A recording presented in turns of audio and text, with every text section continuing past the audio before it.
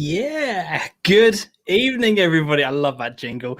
Hello, everyone. Welcome along. It is Monday night, and once again, we are live across YouTube, across Facebook, and across Twitter. It's the Suffolk Non-League Show. I'm James. He is Adam. Good evening, sir. Hello, everyone. You? Very good. How are you, James? Yeah, can't complain, mate. Can't complain. It's been a bit of a tough day. Bit of a tough day at work, but I'm doing fine. How are all of you lot doing at home? How is everybody getting on at the moment? Obviously, I know. Obviously, we're all in difficult time. We're all in. It's obviously very tough for everyone involved. But how has your first week been back at work? What are you up to at the moment? Let us know down in the comment section as we go through the show, and you bring your hellos all into the chat. Let us know how you're doing, because we genuinely want to hear how everyone is getting on at the moment. And if you need any support, then just let us know. But we've got an action-packed show for you tonight. Once again, as you can see, we have made various improvements to the studio, which I'm all looks so different, excited James. about. Everything looks absolutely superb. I've got a new green screen, as has Adam. We've got new lights, we've got new cameras, and everything looks all great. What happens the moment that everything goes professional? I get a great big bloody shiner on my nose. But there we go. That's just YouTube. That's just YouTube. That's how life goes at the moment. But before we get too far into the show tonight, just a very quick word from our sponsors. A massive thank you to all of our sponsors on the Suffolk Non-League Show: Starling and Lock, Matchday Marketing, GBS, Your Shirts, and Clabber Creative. GBS are a family-run construction company in Ipswich, operating nationwide with over 30 years experience, offering fire protection, diamond drilling, commercial building, health and safety, and asbestos removal. Starling and Lock, self-employed electrician in the Stowmarket and Suffolk area since 1989, offering domestic work and certificates for people buying and selling houses. An NIC/EIC member. Matchday Marketing, sports marketing and branding company, helping enhance the image and profile of grassroots and non-league clubs at a very low cost, utilising over 20 plus years in the game. Your Shirts, eye-catching, professional-looking garments for your business, team, club or organisation, with a range of printing methods to cover all individual needs. Clabber Creative is a creative agency based in Framlingham, Suffolk, offering fully managed football club websites. They are about giving your club a professional image and the ongoing support to maintain it. Links for all of these companies will be in the description below. Go and check them out and tell them that DeeJam has sent you.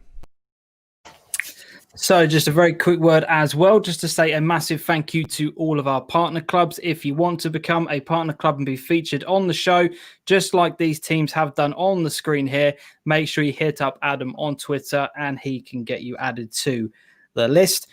Good news from our part is that we've had 2 new Patreon members since the last show, which is absolutely incredible. Shem and Stephen Boyle have got on board with the Patreon, which is absolutely amazing. Really do appreciate that. If you want to become a Patreon member, which is a monthly amount that you put towards the channel, it starts from £1 and goes all the way up to, I believe, £50 is the maximum. You can set the limit however much you want. If you want to make regular donations towards the show, keep the quality of the content improving on a regular basis, the Patreon link is in the description below. And as I said, massive thank you to Shem and to Stephen for joining all of our Patreon members. Also, just a massive thank you to all of our Ko-fi one-off donations as well. All of you guys who have become part of the show. It's an absolutely incredible gesture what you guys have done.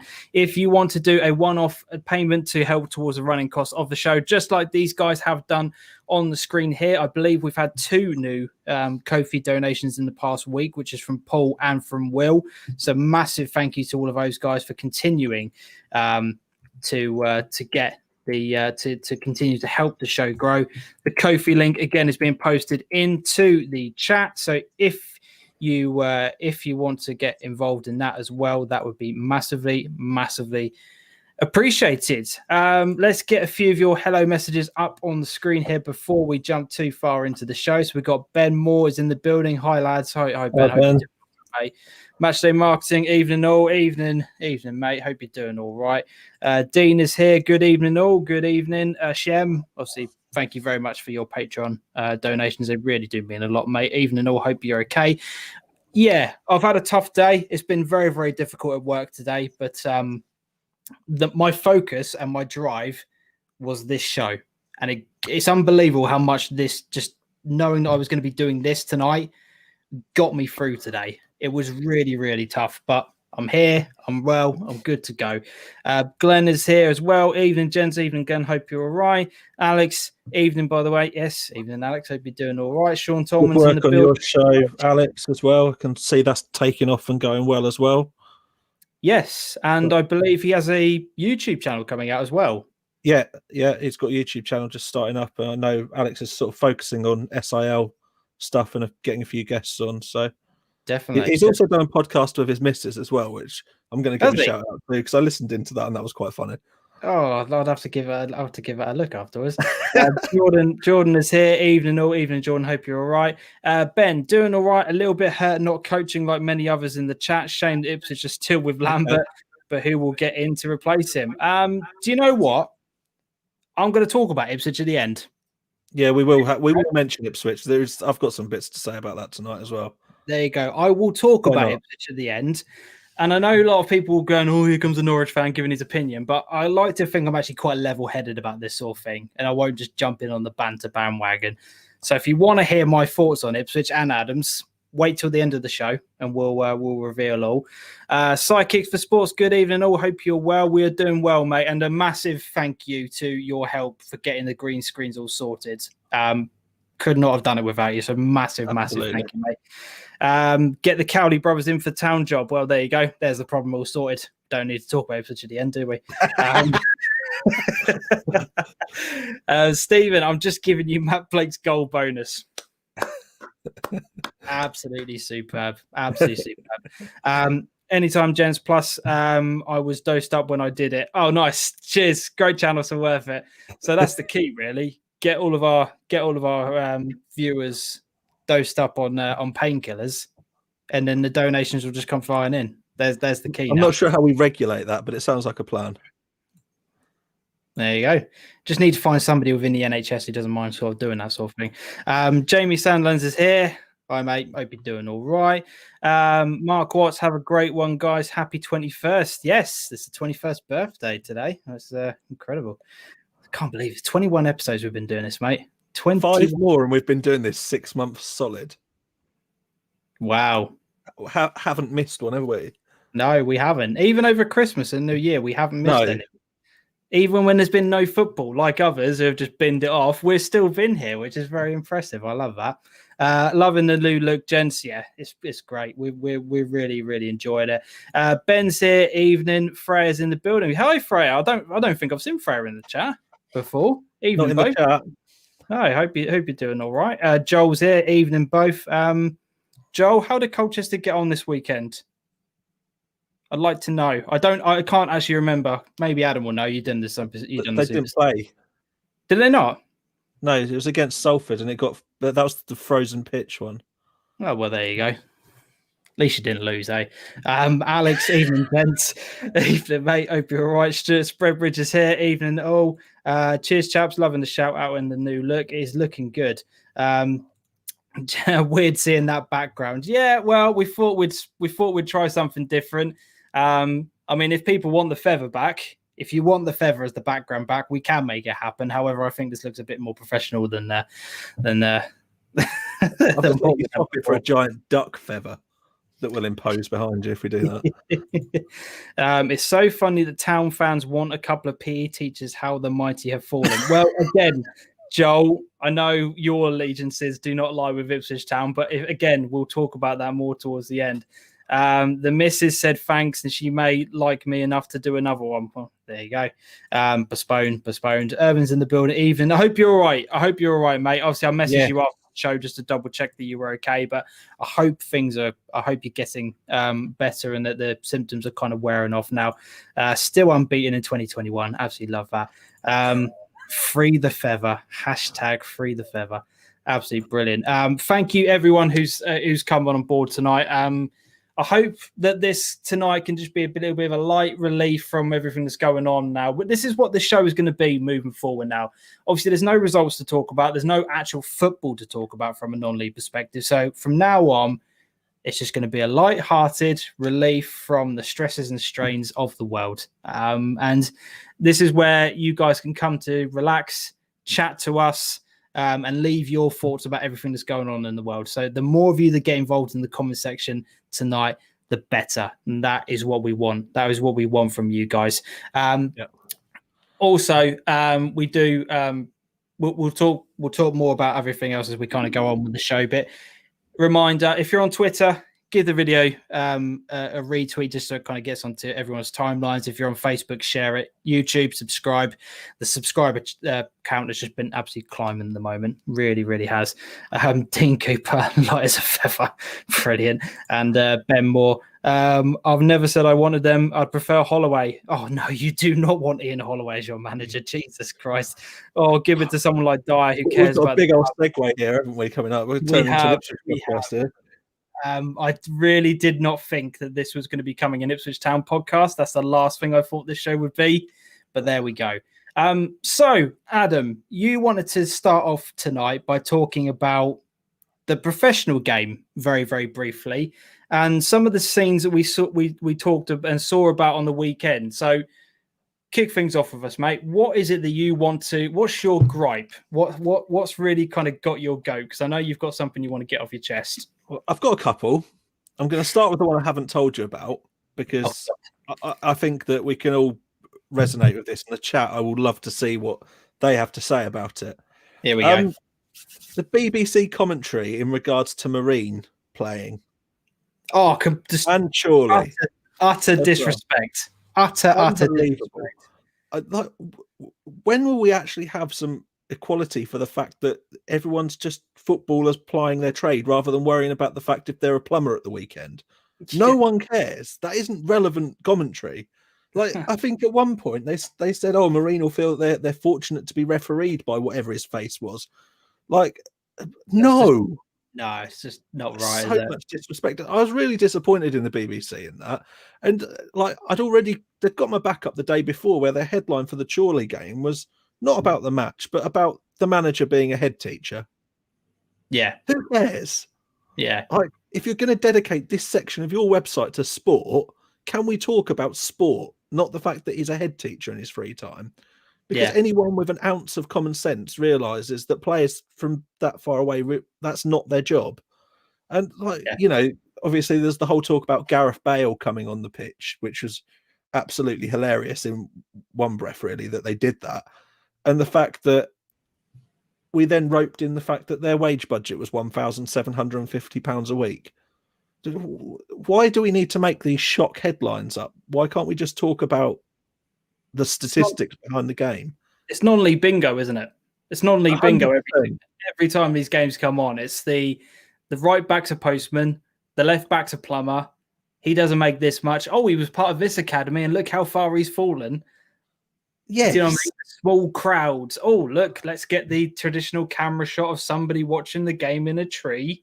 Oh, it's just every single FA Cup game. It's just, I have to admit, before I started watching and really sort of covering non-league football, I didn't really notice it that much. But when you're in it, you do notice the utter disrespect.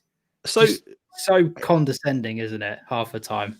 But I feel like those matches are the perfect opportunity for non-league to get its big stage moment and for people to fall in love with it a bit. Yeah. But the commentary and the coverage does nothing to make people fall in love with it. If anything, it just makes it a laughing stock. And that really angers me. Yeah. What do you make of Dean comments here? The thing that annoyed me was seeing the 1,000 fans all bundled together watching the Spurs bus arrive. That's point two, Dean. That is. Sorry? That is point two. Well, what has the weekend has not been good, has it, for social media and for football at all? So what do you mean by this? What exactly is it that? I mean, this part in particular quite annoyed me because the police were just allowing it to happen. And yet you saw, I think there was another video circulating on Sunday where Was it a lady who was on a park bench with her dad got arrested and talked to by the police when they were outside on a bench, and yet thousands of football fans are allowed to gather outside a game. Now, I don't want that to become into a bit of a rant, but the contrast, you can't. Why are the police allowing one thing to happen and stopping another? Well, I said today, football is on thin ice. Probably. I'm over here. Am I still on? Yeah, I've still got you. Yeah. I've still got you. Yeah, no, as has been said today, football is on thin ice, and as Dan has just put in the comments, the professional game isn't really being run overly professionally. Let's just put to one side. I'll come back to your point in a minute, Dean. But it comes back to this thing we spoke about a lot of episodes ago, where we're under like some new strain of a virus, where we're all being told to do one thing and another to try and sort ourselves out, and we're back to pictures of people cuddling each other in changing rooms. It's not gonna. People that don't follow football won't stand for it, and people that do follow football will probably still raise an eyebrow to it. Like, I mean, despite support bubbles. I kind of get it. I didn't particularly mind the changing room, because obviously they would have had to have been tested, and they've all had negative tests, right?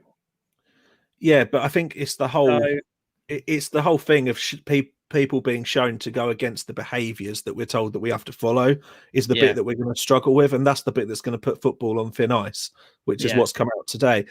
You've only got to look at what's happened with Celtic today, which some people will see as being a little bit funny in a way, because Nicola Sturgeon has seen holiday pictures of them going to Dubai for what was meant to be a training camp, noticed that in Dubai that they weren't following protocol, and publicly shamed them for it.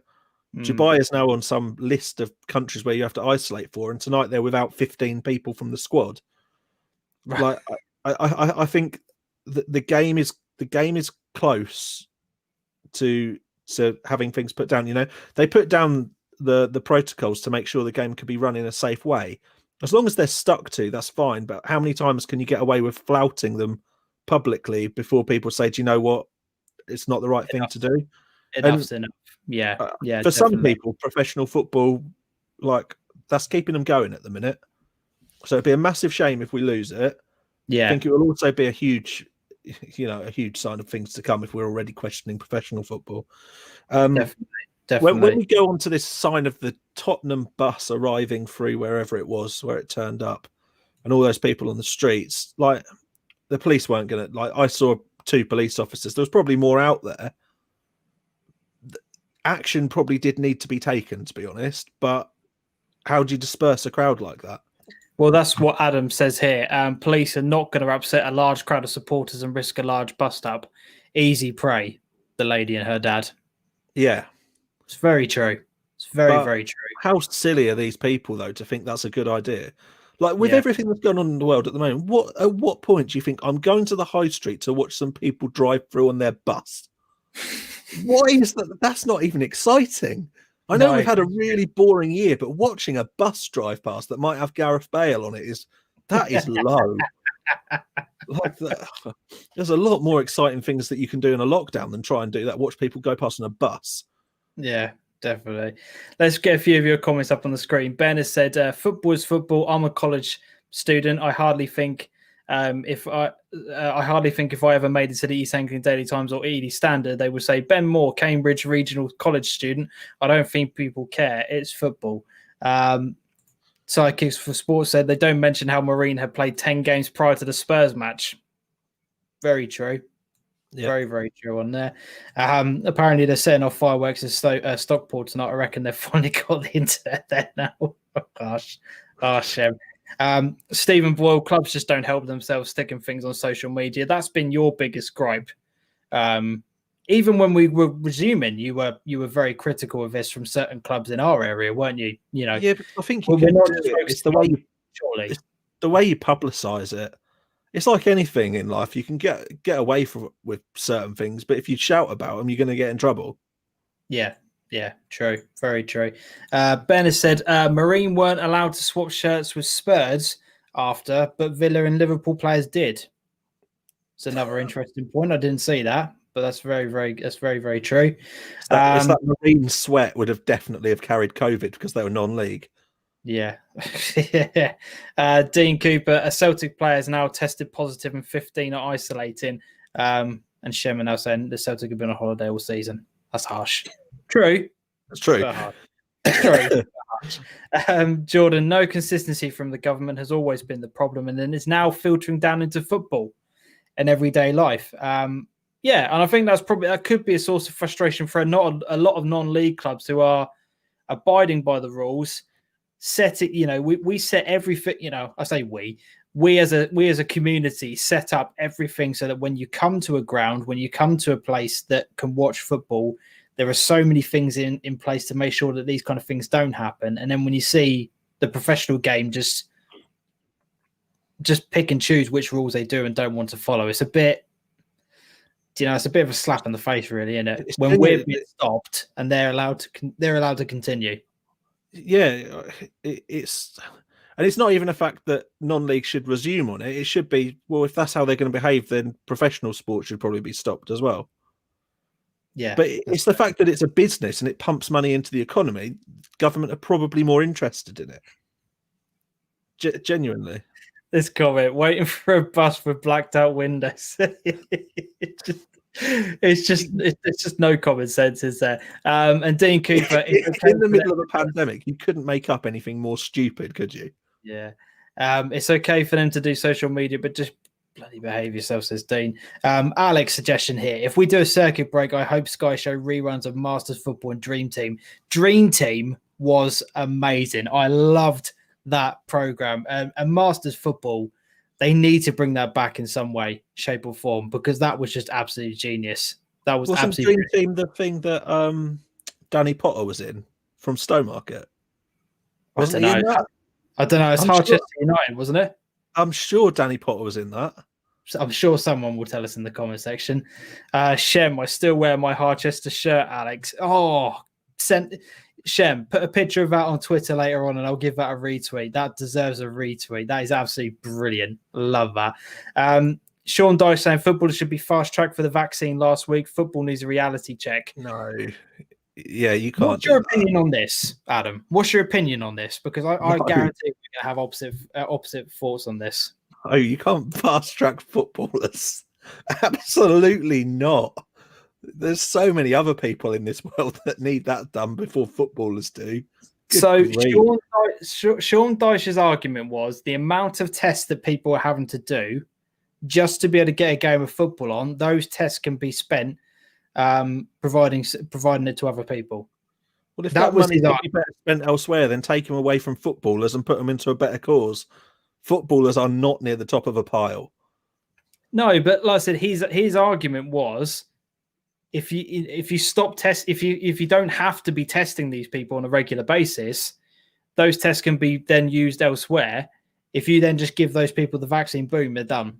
That was his argument. That isn't how it works, though. My wife's had it, and you still have to be tested. That's the thing. It's the understanding behind it. And if clubs start paying for healthcare over and beyond, you're taking vaccine out of the general supply and then creating health poverty for people that don't have that access. Yeah. I completely don't agree with it. Yeah. That's fair comment. Stephen says on here, if you dock Premier League clubs 3 points for cancelled fixtures, the clubs would make the players behave. It's a fair shout. Paul agrees on that one. Also checked out Mendy of Man City met a girl online and took her to his dentist in Leeds. What? That's mental. Got Fletch 11 on the back. Oh, yes, absolutely. Suffolk Masters went back to normal. We need to make that happen. Dyche is a silly man for suggesting this. And apparently we need to check out TikTok Harchester on there. A lot of fan. Love it. Absolutely love it. So that was the one bit of news on there. Keep your thoughts on that coming in the comment section if you want to get involved with that. But we do have one piece of news to bring you from our world of football, and that is to talk about step 3 and step 4, Adam, and the situation that's going on at the moment. And we had the Southern League bring out a statement this week, which said that the board of pitching in Southern Football League has, together with its fellow Trident leagues, reviewed the implications of the latest government lockdown The matter was also discussed at length by the FA's Alliance Committee in order to reach a decision that would apply across step 3 and 4 in the National League system, and which is informed by the views of all clubs. Clubs will shortly be asked by the FA to provide views on whether the 2020-21 season should be terminated, and if not, what the alternative should be. And this will take the form of a short survey. Independent of the survey, all 3 of the Trident League's boards hold the view that the season should be ceased immediately and be declared null and void. They go on to say that in the meantime, the league is postponing all fixtures up to and including Saturday, the 6th of March, since there is no suggestion that the national lockdown will be lifted prior to said date, and the league will continue to provide its club members with updates as and when we're available to do so. And as of talking about that, our guest tonight, Adam, is from Needham Market. You will have seen it advertised throughout the week, and I'm delighted to be able to bring Robert Peace into the studio now. Needham Market's Football Club Operations and Academy Director and Chairman of Suffolk County Schools FA. How are you doing, sir? You all right, mate? Yeah, I'm very well. Thank you. Thank you for having me. No problem at all. So I want to get your immediate reaction to that statement that came out the other day. Obviously, the league making their intentions very clear. They want null and void. They don't want the season to continue, which I think, logically we can all say, even the people in the comments can say that it's not going to finish this season. But null and void, that's the option they want. For you, I'm not asking you what Needham think, but what do you personally think about that? Personally, I don't want it null and void. We're 7 games in, and I'd like those games to be acknowledged. The danger is that a precedent was set last season, null and void, and reading that, the ambition probably is for it to be null and void again. And that's a great shame. We haven't received the email yet regarding our views on the survey, right. But football club, we would look to try and get some form of football, whether that be a restructure, play each team once if there's enough weeks. But the word you come down to is uncertainty. We don't know when football will be back. The priority is people's safety. That's always the biggest priority. Players, staff, spectators. But if the DCMS and the FA and the government deem it fit for football to return, we would want to do that as a football club, and me as an individual, I'd want football to return.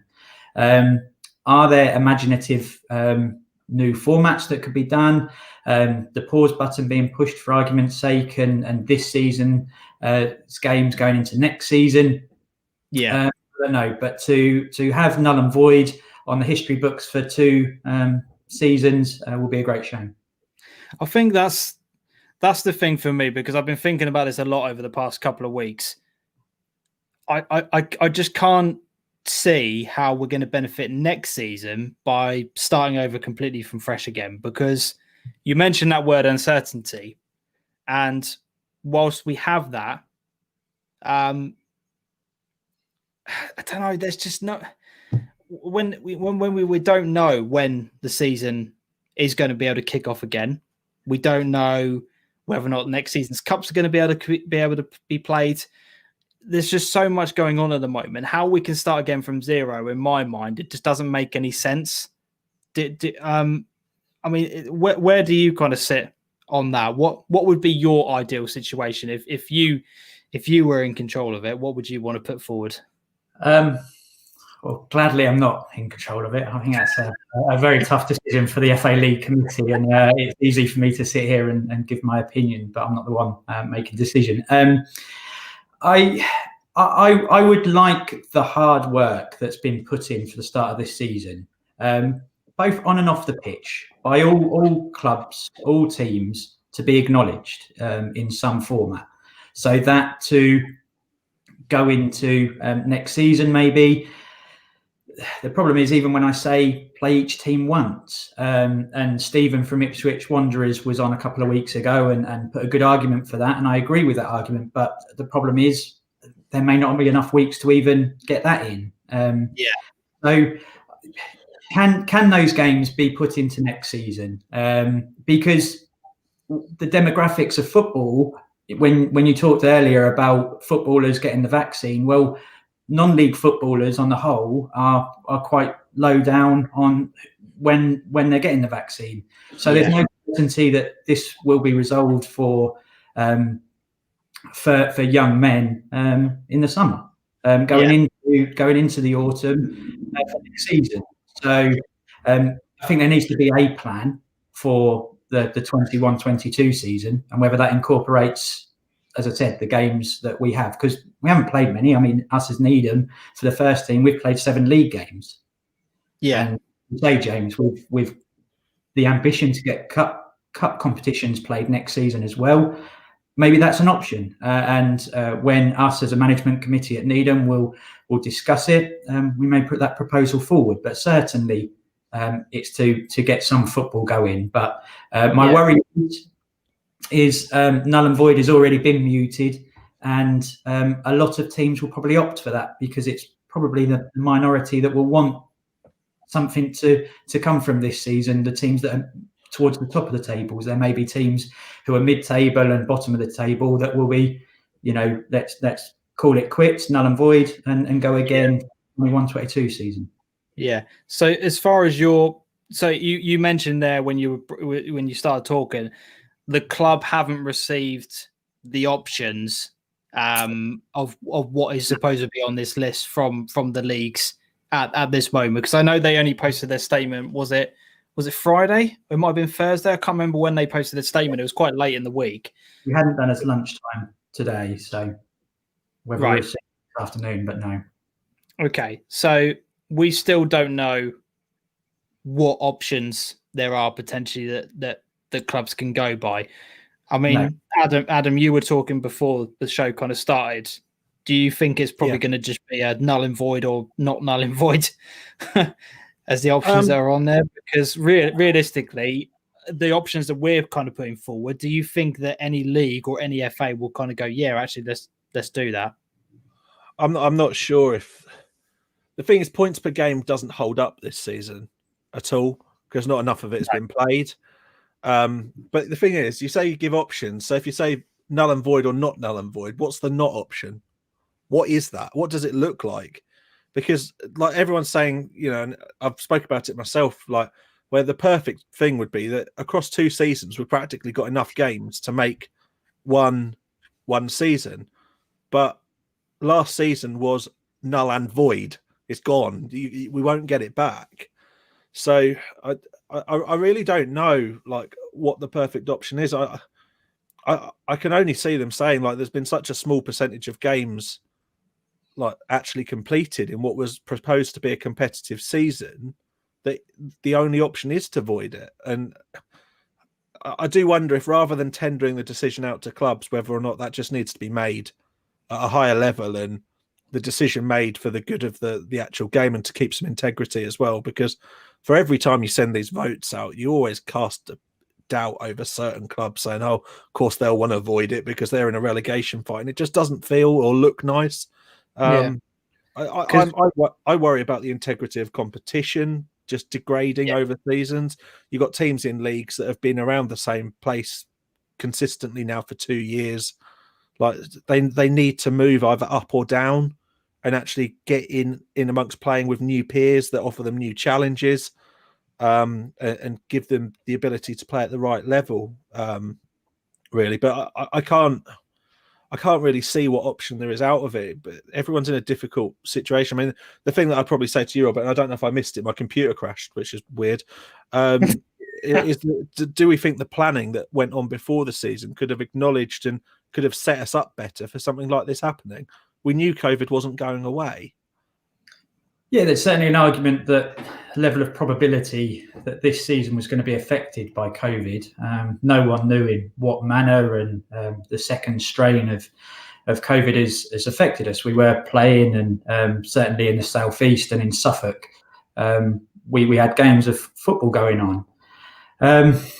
Whether there should have been a plan, probably going into it. But as I said, it's easy for me to say that.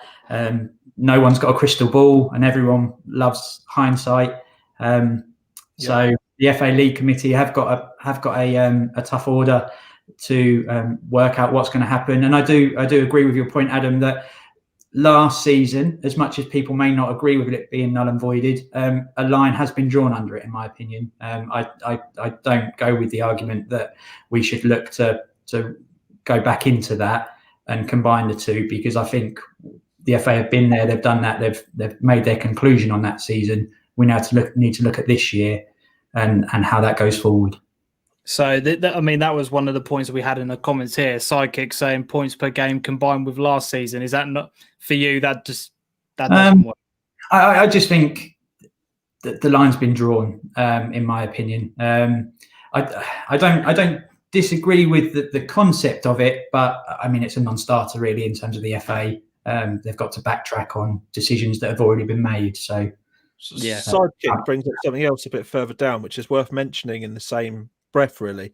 The women's game at what is classed as the non-elite level. I know Freya has posted a bit about this because I've been following along as well. Some suggestions going around deciding draws and games on a coin toss and drawing of lots. Are we at risk if the league's being decided by the most ridiculous of methods because null and void isn't seen as an option because they want to get the restructure done? You've got to keep the value of the leagues, haven't you? You've got to keep the value of the competitions, of individual games, of teams, of clubs, of the competitions. So for me, coin tosses is, what are we talking about? It's unbelievable, isn't it? That it's even being muted.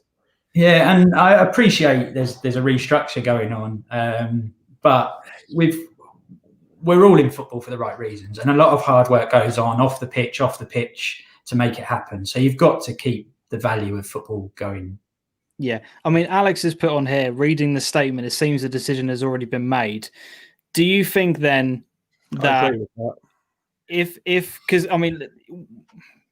there's only going to be a certain type of club and a certain club is in a position that is going to want this season to continue.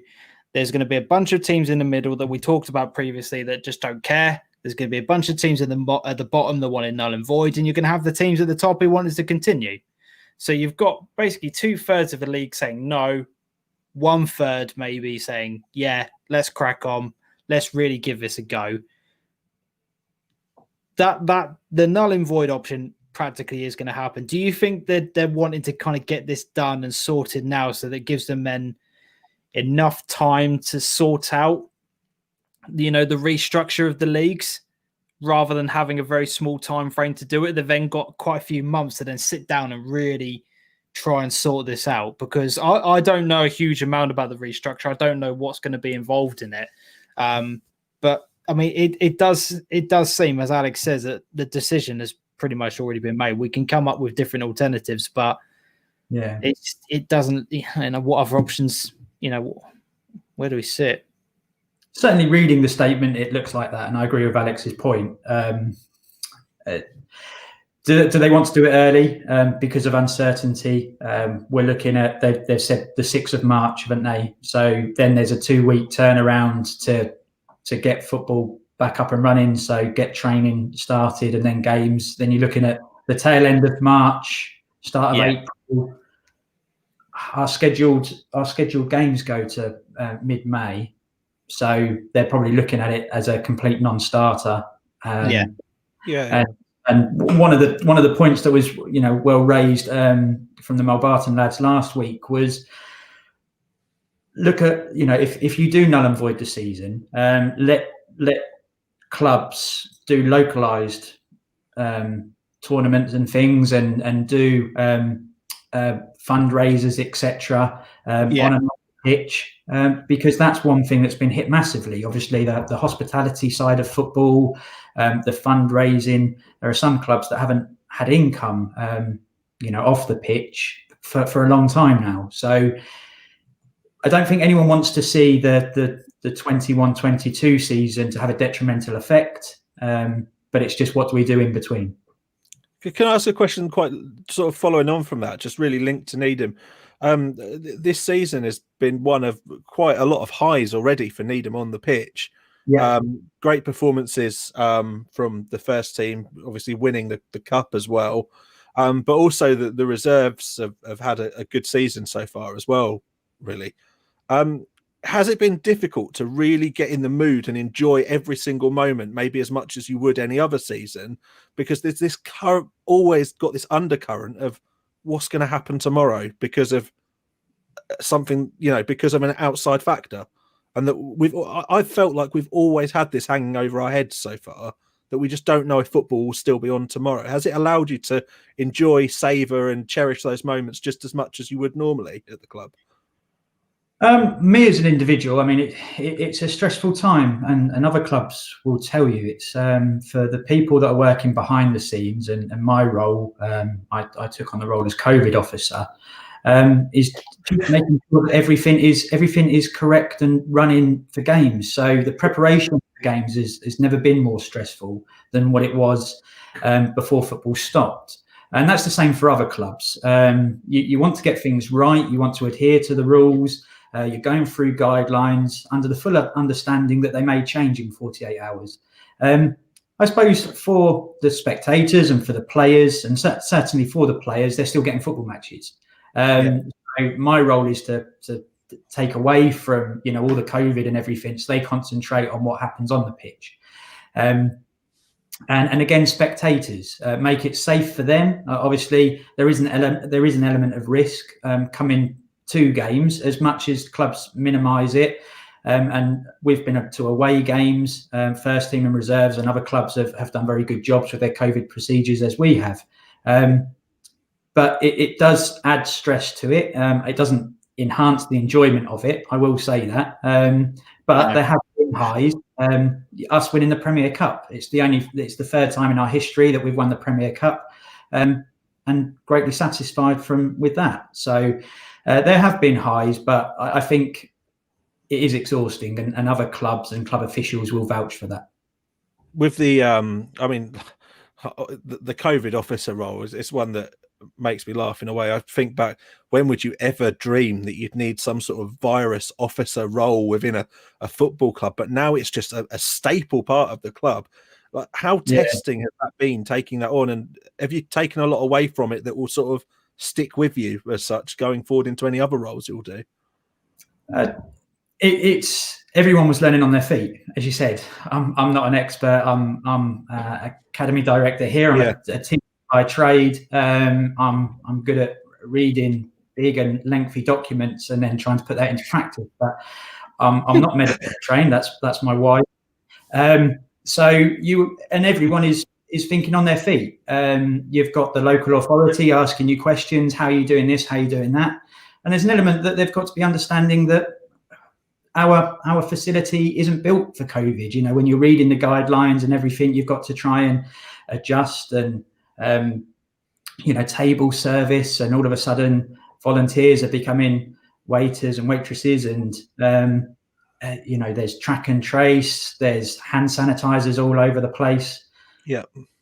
It is thinking on your feet. And it's one of them that the volunteers that help me out have also had to be thinking on their feet, and whether that's been specific cases during a game or individual circumstances, and I suppose the word is it is exhausting, because it's new. It's not just rocking up to a football match on a Saturday afternoon at 1:30, and then your hard work has been done and you can enjoy a football match. A lot of this season, I'm at the ground at 11:30 in preparation for a 3:00 game, getting stuff done, and the enjoyment or the viewing of the game, not is spoiled, but you're tired at the end of it. But I understand it takes away from it a bit, because you're probably your mind's elsewhere, I should imagine.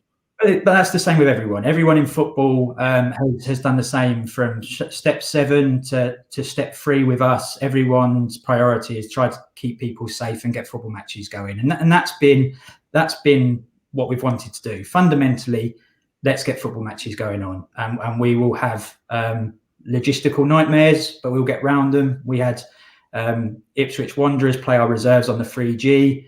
Half an hour after kick-off, the first team were playing Leiston in the FA Trophy. We were in a privileged position that we've got multiple sets of changing rooms. The first team, both sets in the old building. Leiston had both sets in the new building. I had Ipswich Wanderers getting changed in the lounge area, and I had our reserves getting changed in the classrooms upstairs. But we got 2 games of football going on. Yep. So that's where we are as a club. We want to get football matches being played. I think Suffolk as a whole, like a good proportion of clubs were able to play some form of games whilst all these restriction everything to there. Like most clubs have shown that they can adapt to these measures, and by no means, no one that's sitting here listening to this is going to think that when we go back to playing football, we're going to forget about them all. And you're not going to have hand sanitizer everywhere, and you're not going to check in. Those things are all still going to be there. But it's good to know that we've evidenced as a majority population that we can do it safely and can enjoy the sport when it is okay to go ahead. Just understandably right now, it's not. But we know that we can move with the times and make those things happen. And it's probably something to be proud of, how quickly we did adapt as a community and how amazing it was that as spectators, we were able to go and enjoy games because other people behind the scenes had put the hours in to make that work. Is something to be grateful for, I think, as well. Yeah.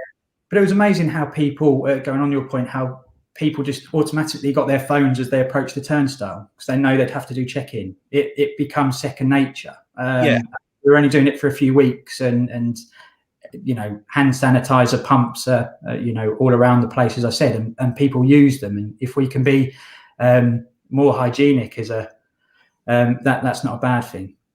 Yeah, definitely. We've got Sidekick for Sports who says track and trace is hard, and so is self-isolating as people have tested positive with no symptoms. Stephen, obviously, who we had on from Ipswich Wanderers a couple of weeks back, it's been very frustrating and stressful for any club officials this year, hence why null and void is so offensive to all of our efforts. Good point. Very strong point. Yeah. What do you take away from it? Yeah. From your perspective, Robert, what can you take away from the past couple of seasons? Because, as I said, especially for this one, with both teams going quite well, in terms of their league positions and whatnot, if it does become, declared null and void, what really can you take away from the season? Well, Kevin took over the role before the first lockdown, six odd games in before that, and I think the start of this season, 7 games, 5 wins, 2 draws, being unbeaten shows that we can compete, and as a club, our ambition is to go into step 2.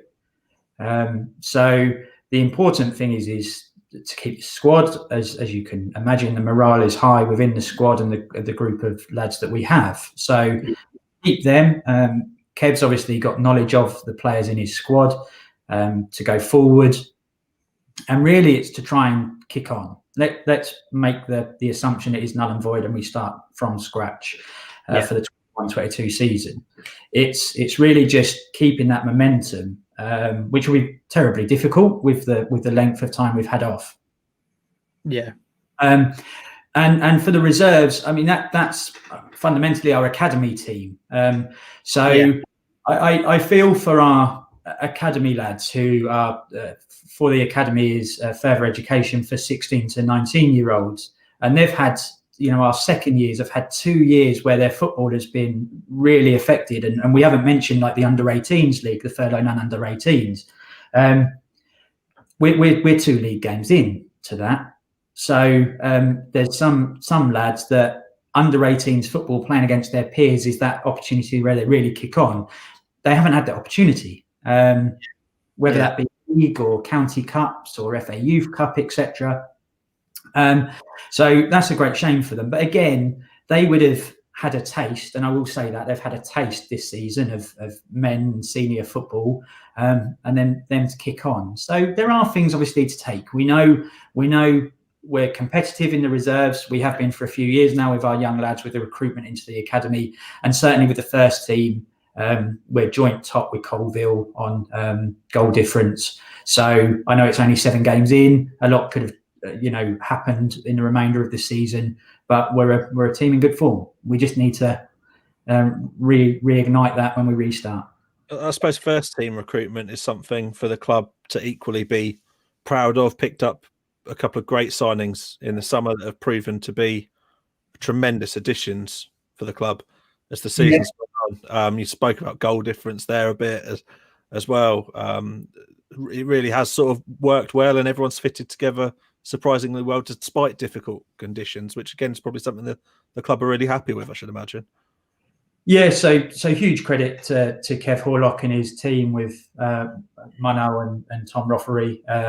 It's just a feel-good place at the moment. Kevin is my academy manager, works full-time for the club and first team manager, so he sees the academy lads and see which ones that can progress into the first team. But the recruitment that he's done outside of the academy, like Folksy up front that you're alluding to with the goal difference. I mean, from Norwich, what a player he is, and it is 2 leagues as well, and then performing in that way is really and everyone wants a goal scorer, and he gets goals. So it's one of them that there's a feel good. Kevin brings that with his personality. He's ex Premier League, ex international footballer and coach. Knows his stuff, but has a great personality. The lads want to play for him, and I think that shows on the pitch. And a really good atmosphere in the squad, and long may that continue. Yeah. So just had Dean Cooper's comment. He said on here, I believe it should be null and void as it was in the previous season to maintain fairness. If we start a new season in September, when hopefully we're in a position to complete a season fully. Shem's comments on here, even if we restarted this season's league campaign in September and we play cup competitions in March and April. So that's potentially an option. With doing that's actually something I haven't really thought about, actually doing the cups towards the end of this season and then restarting this season's in September. It might be a bit of a I think that my personal opinion is you won't see the FA wanting to have anything penciled in before August with these decisions. I think that they're probably fully aware of the impact the stop-start nature on clubs, and it's very difficult for non-league clubs to just set up and play a game of football. Like when you're thinking about organising volunteers, like the cost base of just paying out to do things just sporadically, it could be tough.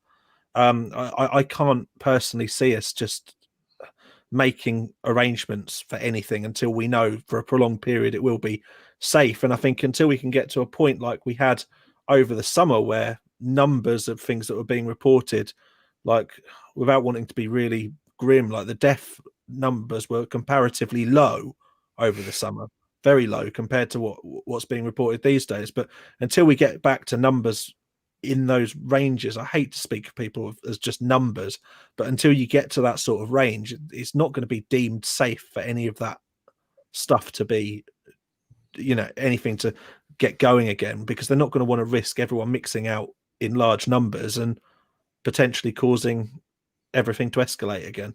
Yeah, definitely. So let's talk about obviously the bigger picture that's going on at Needham Market. Let's move away from what's going on in terms of potential of this season. Your role at the club, just for those who are unaware, what is obviously I know you're in a full-time capacity there at Needham. So what is your main role at the club? How much are you involved in the day-to-day running of everything? Just explain a little bit to people who are unaware. Yeah, so there are two roles to my club really. So academy director, we, as I said earlier, so the easiest way we're a college. We have the classrooms at the facility here at Bloomfields Needham Market Football Club. We have classrooms, so we have 60 to 70 students, 16 to 19 that complete their further education. So I'm in effect head teacher there. I have a coaching team, which is headed up by Kevin Horlock, and he's the academy manager. Then I have James Mant, who's our reserve team manager. He's one of my academy coaches, and Aaron Hall. And I have two teachers also and a medical team. Wow. So my day to day is overseeing that. I oversee all as what any head teacher or principal would do in a college. Ensure the education is correct and the football provision is right. So I oversee all of that. And then as operations director for the club, I look at and I'm responsible for all the football provision. So right, I brought in the junior setup. So we've got Eastern Junior Alliance teams and Junior Premier League teams that compete on a Saturday. And I brought in the women's provision, and Freya, who you've brought up a couple of times. Freya is my women and girls development manager. And she also does marketing for the academy. So I oversee all the provision within the club. And then I look at the funding opportunities. So we've got the 3G here at Needham now, and the hub building, the new building in between the first team pitch and the 3G.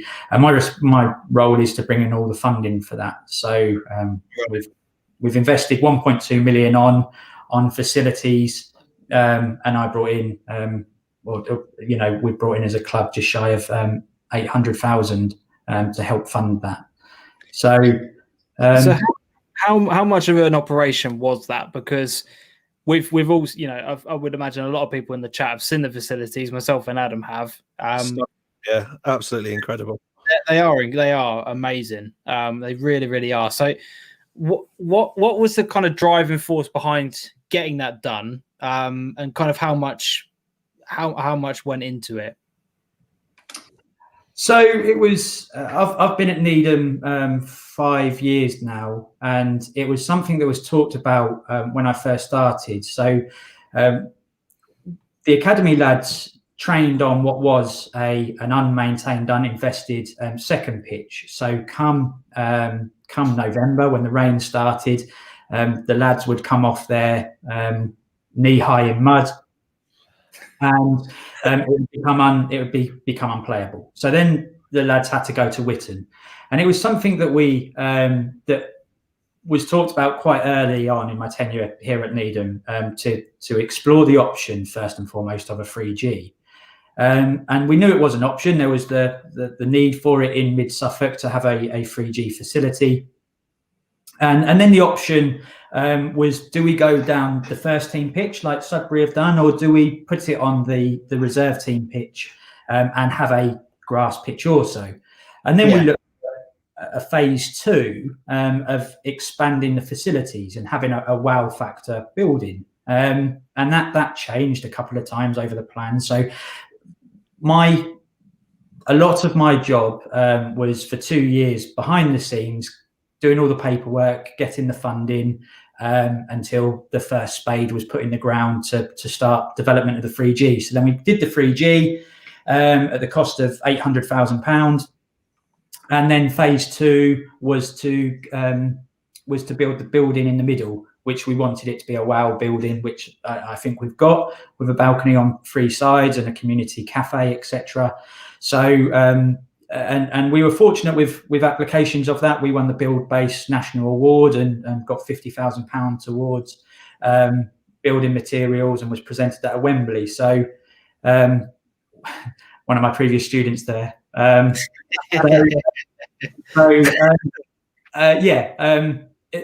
is a big thing. It is a big thing, and I'm very conscious when I talk to individuals, talk to clubs, and come on here today that other clubs can do that, and then I'm saying I'm full time. It is a it is a lot of effort, and it does take a lot of time,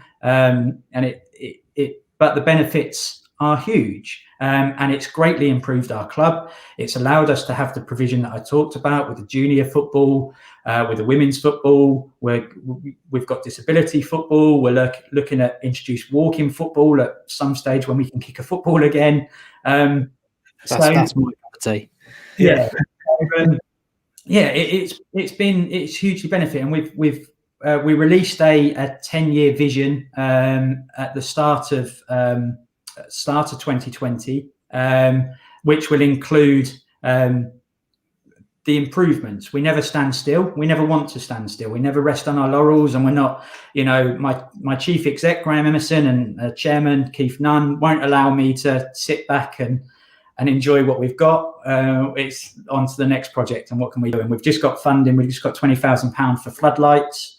We're just waiting for them to come, and we'll get new floodlights. And there's plenty for me to be doing, improving the facilities for the next 9 years. So I saw the floodlight sort of grant that came through, I think, from the FA. That saw that go up. Is that going to be quite a big change to the main pitch in terms of quality of lighting and stuff like that? So what I'd say, Adam, is that the lighting that we got is very good. It's just that they're old and they're coming to their natural end of their life. So the inner workings of them, the wiring all needs to be upgraded and improved upon, and then replacement of bulbs to make them more efficient, and that's coming to the cost of about 29,000. So like the cost of when you get going. Yeah, it is, and lots of clubs, and one of the things that you've talked about previously on this show is ground grading, etc. People maybe don't appreciate how much it costs. Floodlights is one element of what you need to do in a ground. Yes, it's a big one, but that's not even starting from scratch. That's keep maintaining the columns and everything. That's just rewiring them and changing bulbs. I'm just going to bring up a comment that we just had on here from Stephen. 3G is great for development football and for training, but not as much for first team football. Does your decision to not change the main pitch to 3G link in with that at all? So there were different factors. Of course, I'm a traditionalist as much as anyone, and I suppose it's personal preference, isn't it? There are some people that prefer grass. There are some people that prefer 3G. It is personal preference. I think we made the right choice in maintaining our main pitch as a grass pitch. I think the management team, the players would all agree with that. One of the things that we are exploring the option was in our 10-year vision is a hybrid pitch, which is new technology, and with technology, it's expensive at the moment, and that cost will hopefully come down. But you're still looking at like £250,000, and that's plastic inserts into the pitch. But what the new hybrid pitches allow you to do is to have 2 hours of football on the pitch every day, no matter the weather. So that straight away means that we can have a 2 hour, or we can have 2 hours of training on there a night. We can have a game on there a night, and we don't need to be worried about the weather, whether it's rain, sleet, whatever it may be. And because the problem with the grass pitch is that our under-18s play on their midweek, the first team play on their midweek, and on a Saturday the reserves play on their midweek. It only takes a couple of days of rain, and the pitch is buggered. Yeah, definitely. I think Haverhill have actually invested in that, or are in the process of investing into a hybrid pitch. So I think that'll be very interesting to see that. I mean, that's top tier technology in terms of, like, when I was young, you'd be lucky to go on one of the old sandpaper style AstroTurfs for a kickabout, let alone a 3G. And now we're talking about hybrid pitches actually becoming a reality. I mean, it's unbelievable. Obviously, there's a huge cost to them, but it does seem like more and more clubs are seeing this benefit. Obviously, Newmarket have got their 3G pitches. That's their main pitch, and they rent that out to, I think Cambridge use that pitch for their academy stuff, which obviously is good for the club and their income. But are you seeing other clubs come to you for advice in terms of any sort of modelling in terms of what they can do similar to what you're doing? Yeah, so some clubs come and ask for advice, and I'd always welcome that. That a lot has gone on, and people can ask for that. And I'd always say Suffolk FA are a great help. I would say that Jodie and her team in the football development side are really good at helping out clubs. And that funding, I've said big numbers this evening, the 3G, etc. But it doesn't be that big. The smaller projects the Football Foundation are there for. And also, if you are looking at the bigger projects, consultants, people make, people's jobs are to help consult in these applications, and they've got, vastly experienced knowledge in that area and know what boxes to tick to get that. So I'd always recommend that. But there's always help there. But I'd always say my phone is always on. People can contact me and ask, and I've given that information out, and hopefully it helps clubs, and it will help clubs in the future. It's really good to hear. Can I ask a question relating to your job for the schools FA? Yeah. I know it's skipping a little bit, but just something that's on my mind. As part of the talent ID protocols that the FA have in place for scouting and different bits and pieces like that, one of the core bits on there is junior football social skills. It's one of the 4 pillars that they use. Do you think that with everything that's happened and the lack of contact people have had, England's actual football development program at a very junior level could be quite highly impacted by limited social networking in a physical sense, and also a limited ability to carry out team-based activities which develop other skills which are absolutely core to the game? Yeah, I think it goes much deeper than that, Adam. Truth be told, as I said, I'm a teacher by trade, and students up and down the country doing homeschooling. It's going to benefit some. It's going to have a detrimental effect to others. Social interaction, where they're having the same social interaction us three are having now over a computer, which isn't the same as being face to face. So yes, I think it will have an effect. I'm hoping that it is short-lived, and that we're back to football. I mean, in terms of Suffolk schools' stance was very much, we were one of the counties that were pushing for football to continue.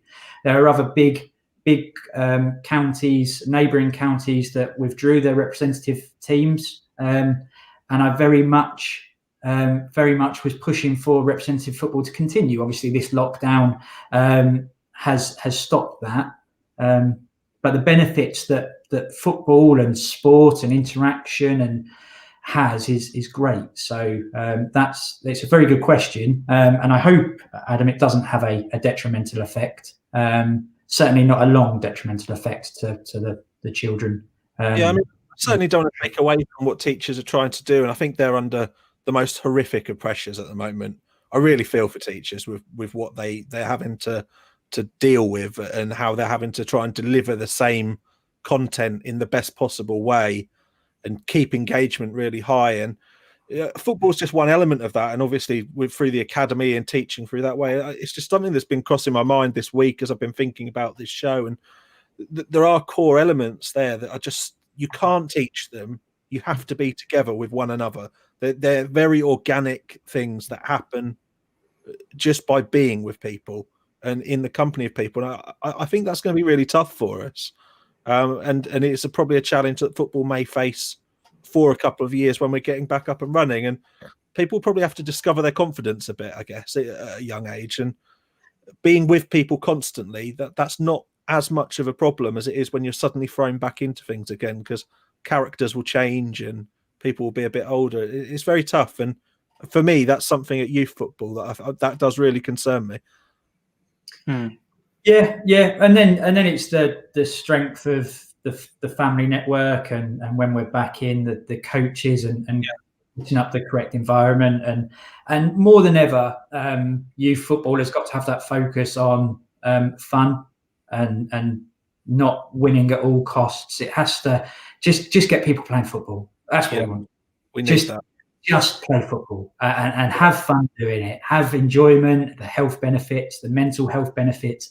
Get that. I mean, within the academy and the football club, we're setting up a partnership with a 12th man, which is a big thing. And myself and some of my staff are mental health first aiders. It's such a big thing. And you make reference, Adam, to your question with children, but adults. I mean, there are people. We're social animals, and people involved in football are social animals. And all of a sudden, we're having to live at home and just have interactions with the wife and kids, which I'm not saying is a bad thing, but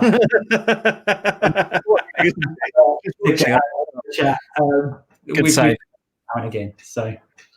Because I suppose from your perspective, obviously with the role that you're doing, before the tighter restrictions were put into place, you were still having to operate from the youth levels, because obviously kids were still able to, to be able to play. So I suppose that probably gave you a bit of a focus as well, that although the adult side of things was coming to a bit of a pause, there were still other aspects of your job that you could continue with doing. Yeah, but then, James, they brought in the rule that you couldn't go from county to county. So whether that be a manager, player, it made youth football just not practical to be done. So if you're a team a club that lives on the border, let's say Sudbury or Haverhill or Kirkleigh and Pakefield, you couldn't have someone cross the border from Norfolk, Essex, wherever to come and play for you, whether that's the manager or the players, and that was for training as well. So right. And then that got quashed, so that made it difficult. But for a short term, youth football was on the cards and was able to be played, and I think there was the ambition from everyone to get youth football. But the minute that schools start shutting, rightly so, football follows suit and starts shutting down. Yeah, definitely.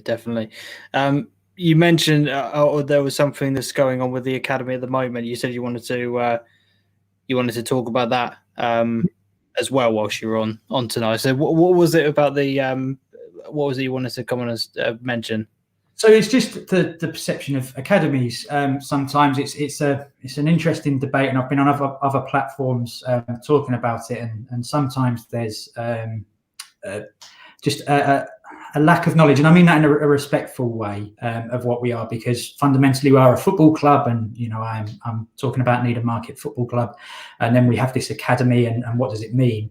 So we're in partnership with Suffolk New College, and we have students in, and they do their football. So we work hard on looking at young talent in Suffolk and Essex and Norfolk, and just give them the option, really, if they want to be involved in our football platform, do their education with us, represent the club. And, I haven't touched on like our college provision, with the Association of Colleges, the AOC League, and the English Schools FA national competition, all of that. We haven't played one game of that. So our students haven't played one game because of COVID restrictions.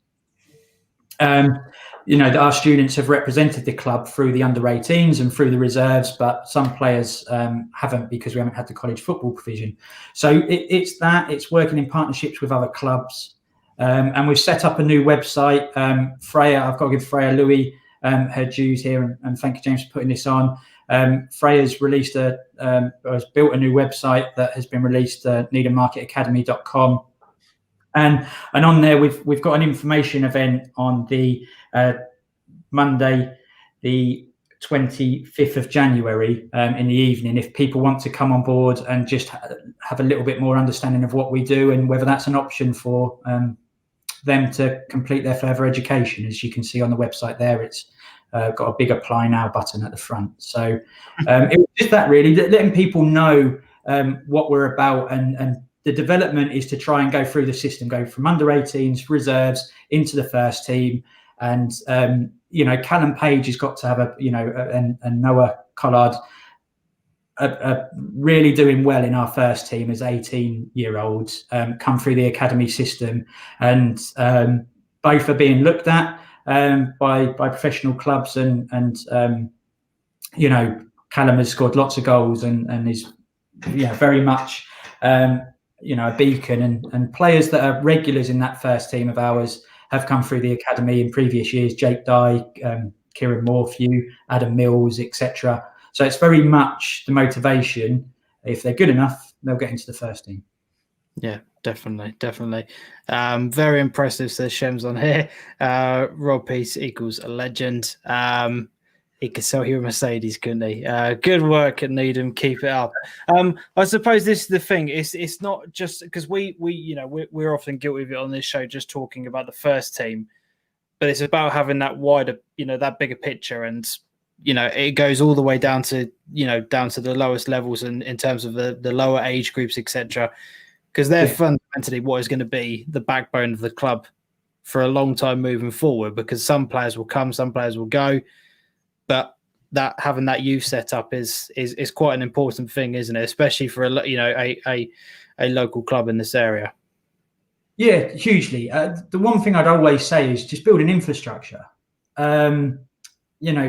Clubs are very quick to say they want to get promoted and want to go on to high levels.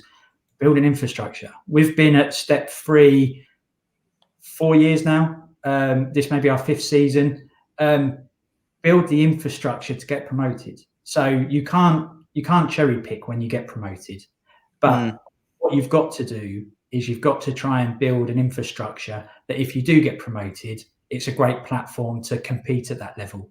There are many non-league clubs that have had money and maybe haven't used that as effectively as they could have done, an investment, and are now suffering because of it.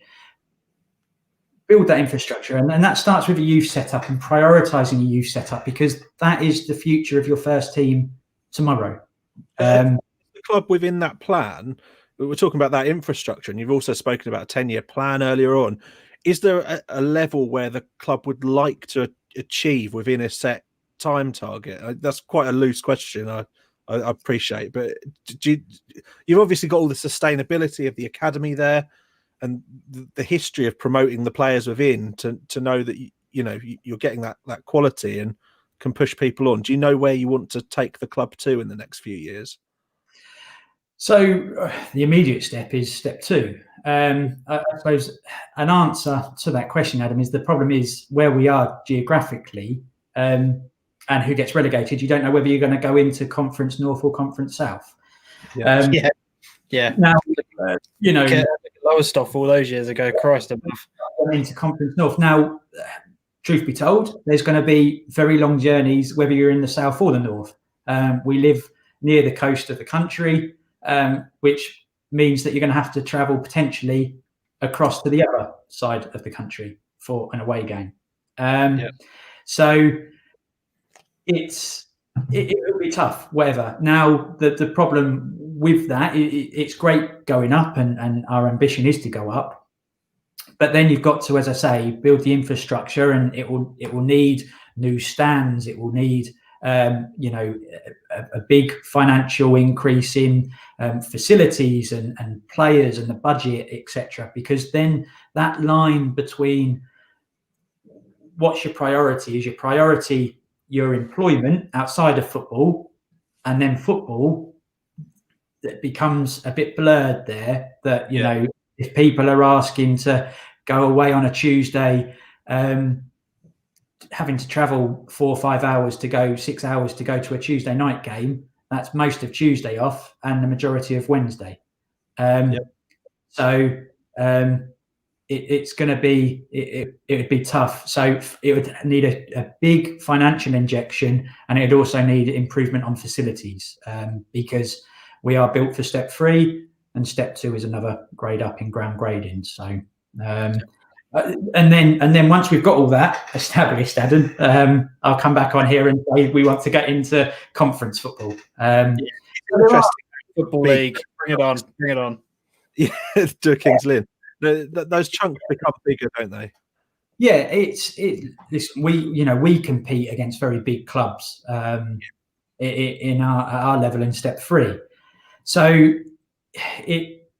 we're competing against big boys, and as I said, we're joint top at the moment.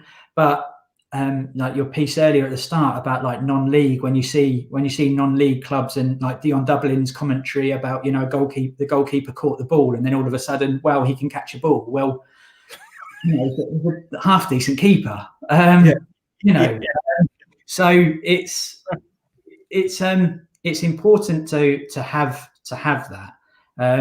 But there are cases where they've done it. I was born in Burton upon Trent, and Burton Albion were always a conference team. And then all of a sudden they had a bit of a cash injection, and then they got into the Football League, and then the players went from semi-pro to pro.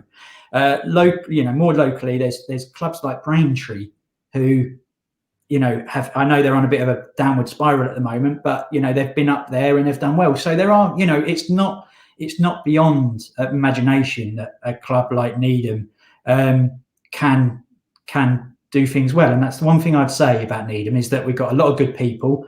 A lot of hard work goes on behind the scenes, and we are very ambitious. I'm proud to be on, obviously, to be on the committee, and my other committee members. We're all really good people, and we all strive and driving each other forward to make Needham the best club it can be. Definitely.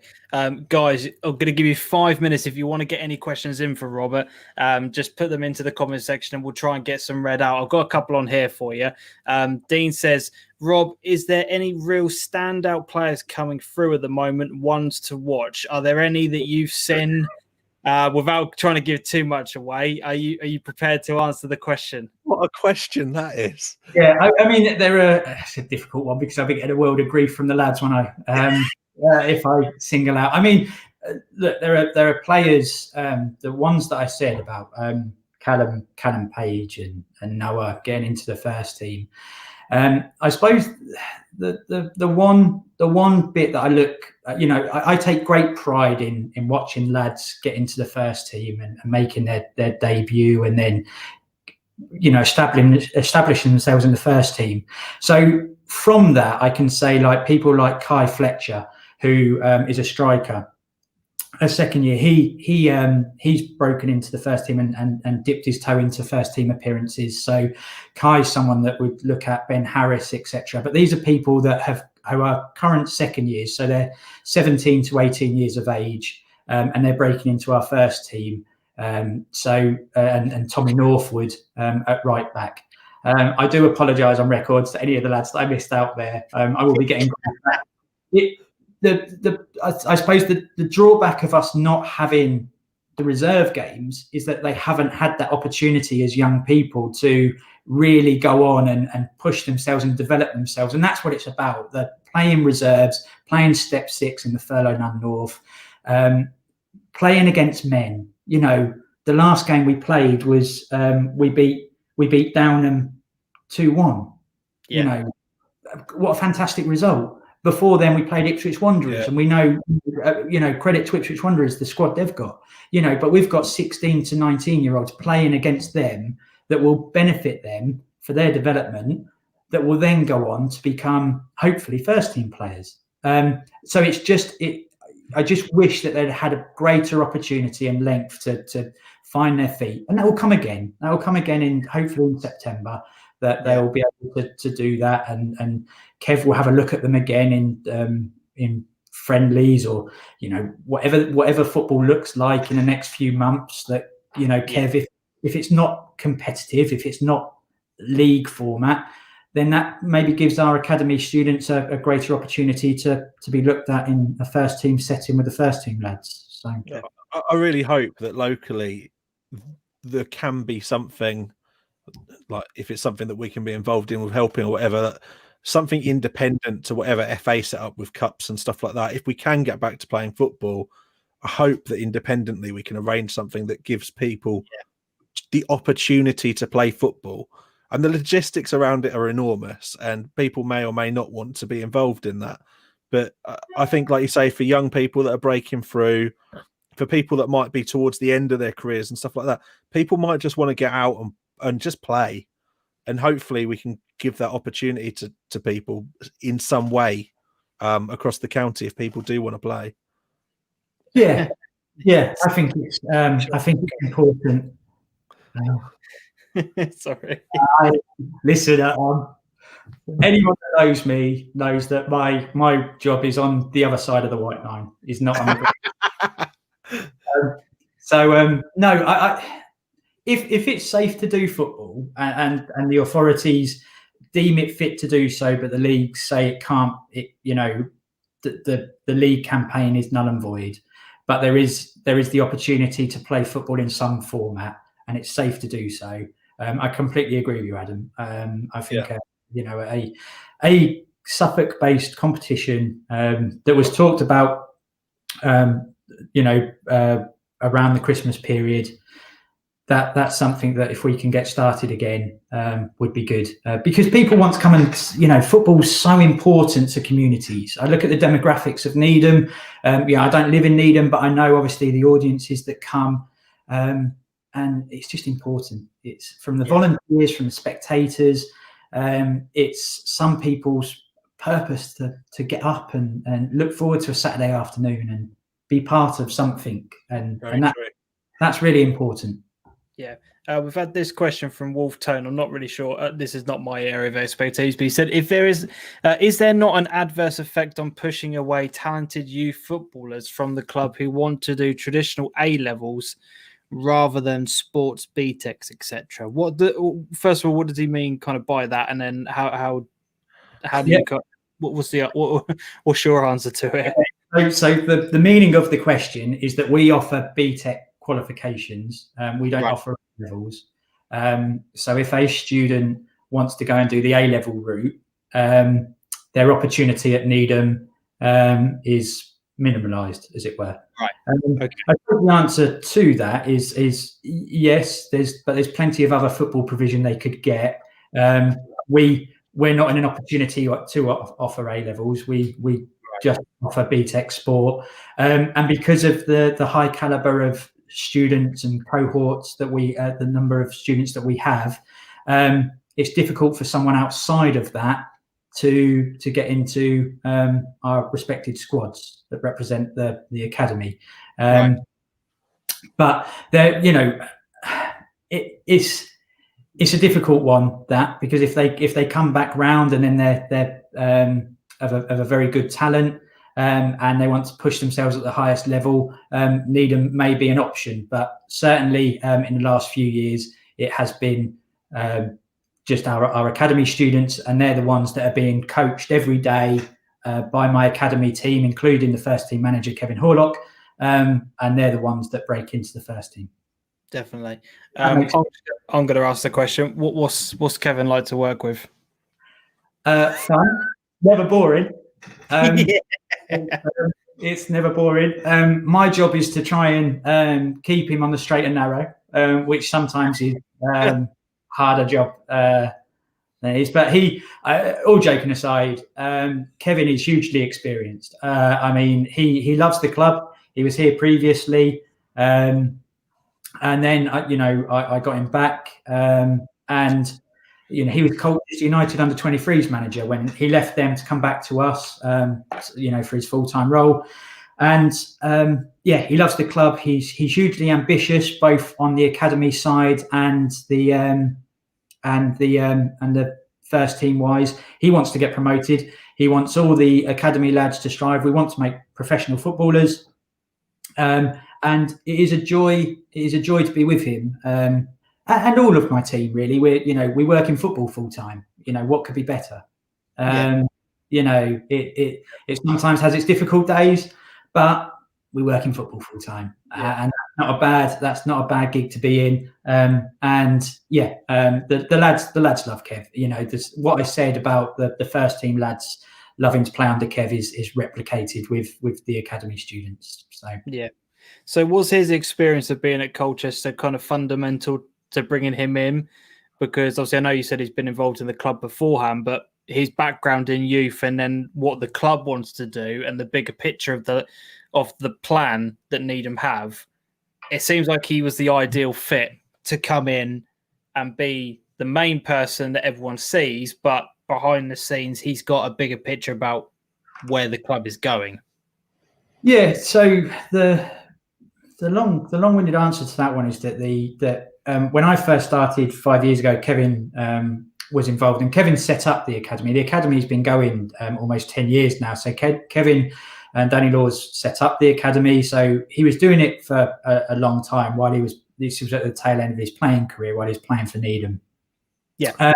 He lived at Kent at the time, and he'd come to me when I first started a couple of months in and said, look, I can't go to Kent and Needham every day, etc., etc. So he left. He managed at an adult level then, and then he moved back to Colchester and took the Colchester job, and then was within their youth setup, and then become under 23s manager. Part of that is the Malden manager. Yes, he was managing Malden and Tiptree. And Steve Foley left his role within the academy, and I just wanted to see if Kev would come back. And I continued my good relationship with Kev in that time that he left the club. And I asked him if he'd come back.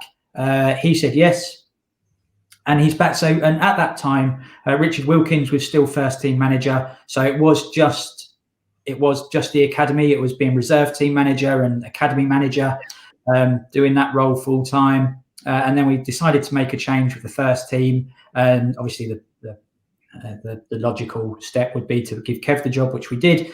And Kev now, so that pathway from the academy and all the youth setup, so all the Eastern Junior Alliance, JPL into our academy and people from outside into the academy, Kev works with them.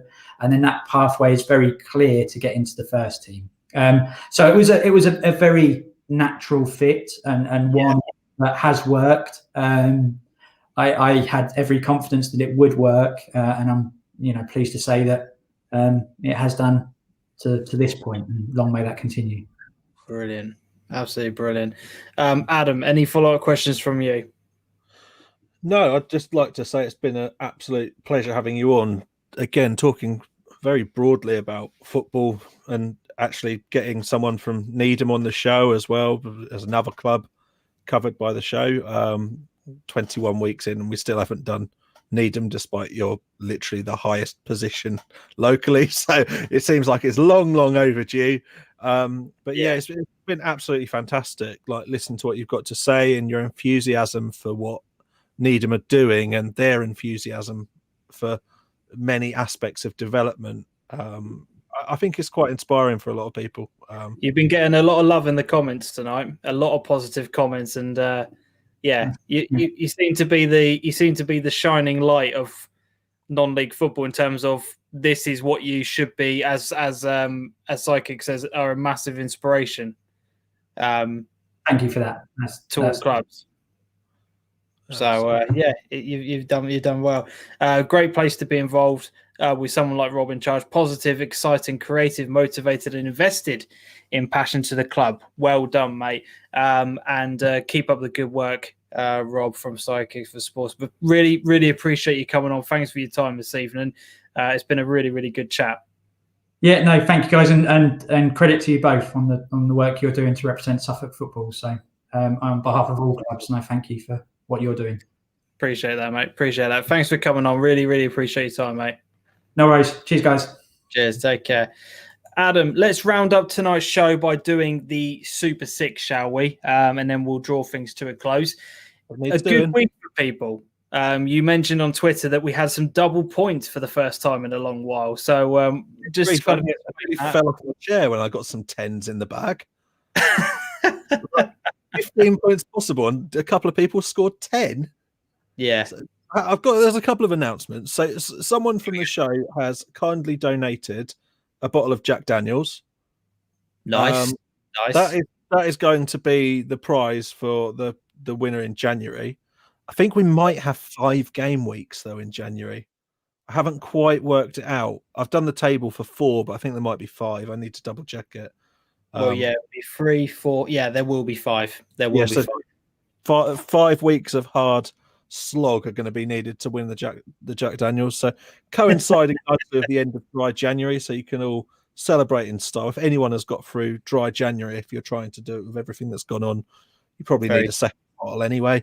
But yeah, we had some great results and good participation numbers again. So competition is hotting up. Do you want to bring up?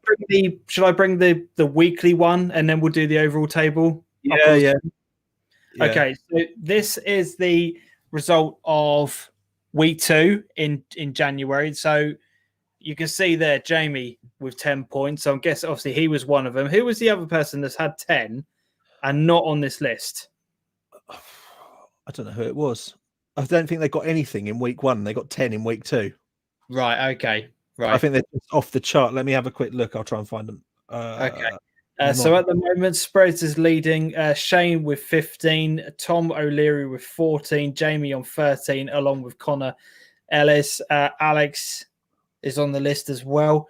A lot of our regulars are on this list, but it looks like we've had, as I said, people had a good week. Shane with 9, Spreads with 8. We've got 7s from Ben, Barry, and Tom. So it's been a good week overall, but Spreads is leading the way with 16 points. Consistency from Spreads there, I suppose, is a key word. Consistency. I think consistency has been the key to his performance in general. The other 10 was from Rob Linnett, who didn't enter last week, so just falls foul of the top 10 that I've got on here. Genuinely, this is wide open because there's a few people on 10 points as well. You see, guys, if you enter in every single week, you've got a chance of winning this thing. We've had one person here who's entered week 2 who's got 10 points. He only had to have an average week and he'd be right up there. Exactly. Do you know what I mean? Still anyone's to win. Love it. So that is that's the updated table for January. Here is the overall picture then. Yes, I'm in the top 20. Get in. Finally, you actually beat me this week. Get in. But Jamie Sunderland is this week's big winner. He's skipped forward so many places, it's ridiculous. Yeah. I think he was he one of the ones that got the 10? And I think it's just massively changed the rankings. Yeah, he got 10 and he's skipped about 14 places on the rankings. So it literally, with this where we are at the minute, we seem to be scoring better now. We're back to pro football. George Ablett came on Twitter last night saying that people should listen to his advice, but he only scored 3 points this week. So if he does give you any tips, don't follow them. I will shout that one out. But no, so some really, really good results. Irvin, you are on my sheet, but you are just outside the top 60 at the moment. You don't do it that often, so I'm not quite sure where you are. Yeah. There you are. You are 71st, Irvin. Right. Since you asked. There you go. Some good performances. People are pushing up the table. George is better at betting. I'm just chuffed I'm in the top 20 now. My aim of the top 15 is still in sight. I'm still going for it. Spreads is leading the way. There's a bit of a gap now actually between first and second. It's developing quite nicely. 2-8 in a row are going to sort things out, really, aren't they? Like that's going to take a couple of weeks to sort of get catching up. But people are performing. That top sort of 5 is anyone's. It just keeps shuffling about every single week. Yeah. Alex had a poorer week this week, and Tommy jumped up again. So bet safely, by the way. But that's the thing. The good thing about this, there's no monetary value involved for any of you guys, and I think that's why all of you lot love it, because there's no gamble. There's no gamble. So this week's Super 6, I'm going to put the fixtures up on the screen now, and I will post the link for this week's Super 6 into the comment section now. So if you're on YouTube, Twitter, Facebook, the link will be now appearing for you.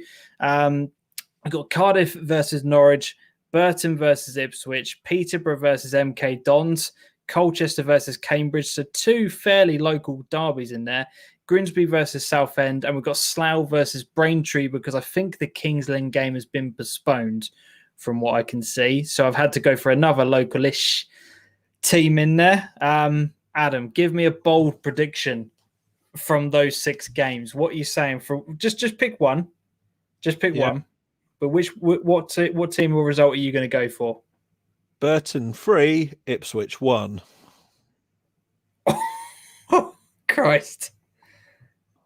Mental. I take it you saw that. Did you watch them play against Swindon? I saw about maybe 15, 20 minutes of it, and they were god awful. Absolutely hilariously crap. Yeah, shocking. Absolutely shocking. Yeah, I think they'll get hammered again. I think morale is at an all-time low. Like Wolfenden done an interview at full time, and genuinely, I thought he'd either been crying or was on the brink of crying, and having to be managed by that clown. I think I probably would be too. Yeah. But genuinely looking at some of these fixtures, I am going to struggle this week with putting in sensible predictions. Peterborough, MK Dons, and Slough, Braintree. I'm not really sure what I will go with. Grimsby keep cropping up on here for some reason as well. Yeah, they just seem to be playing a local. There you go. Pitch inspection at Slough on Friday. It's bound to happen. We're bound to have one postponement in there. It can't all go plain sailing. I don't know if it's a bold prediction, but I'm going to go with Peterborough.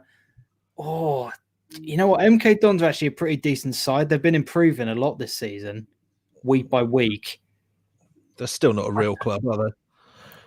Well, no, they're not. Alex has already done his. I absolutely love that. The moment the link is posted, people get on it straight away. Redemption week for Alex.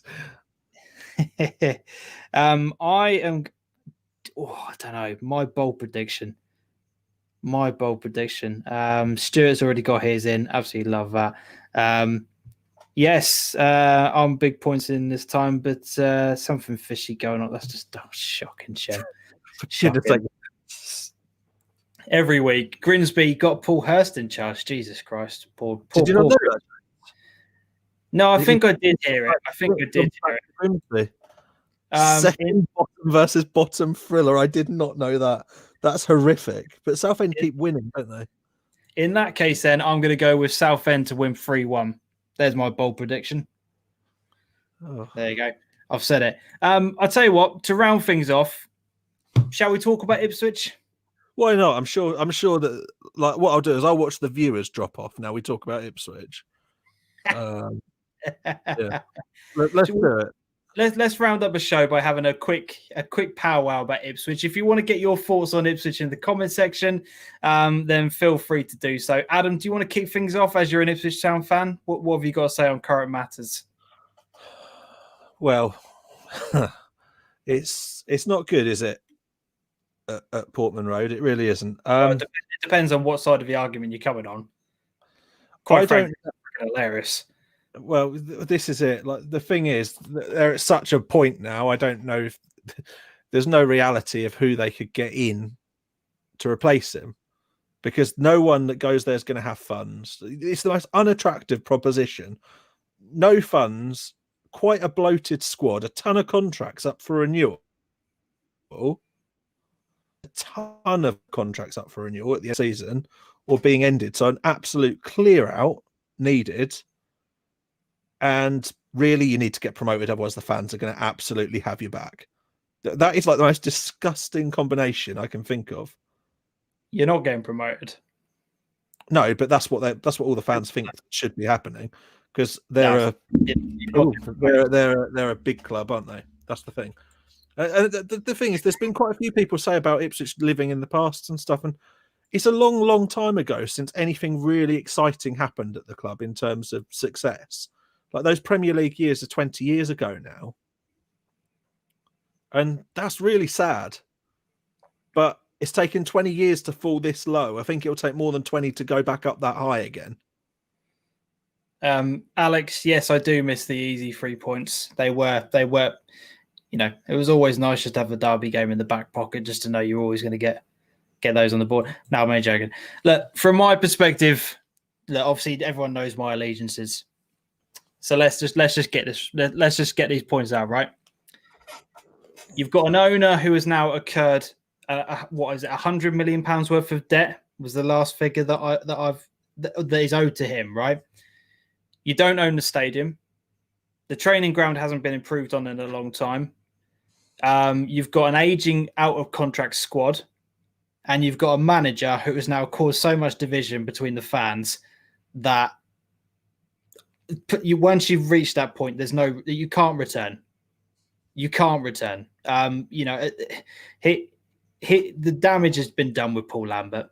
And, I thought actually when he came in, I thought things were going to start turning around for Ipswich because the way he kind of got a load of fans on side and the way that he was trying to build up the club, I thought he was actually going to do okay. But the problem is it all stems from the owner who, quite frankly, doesn't care.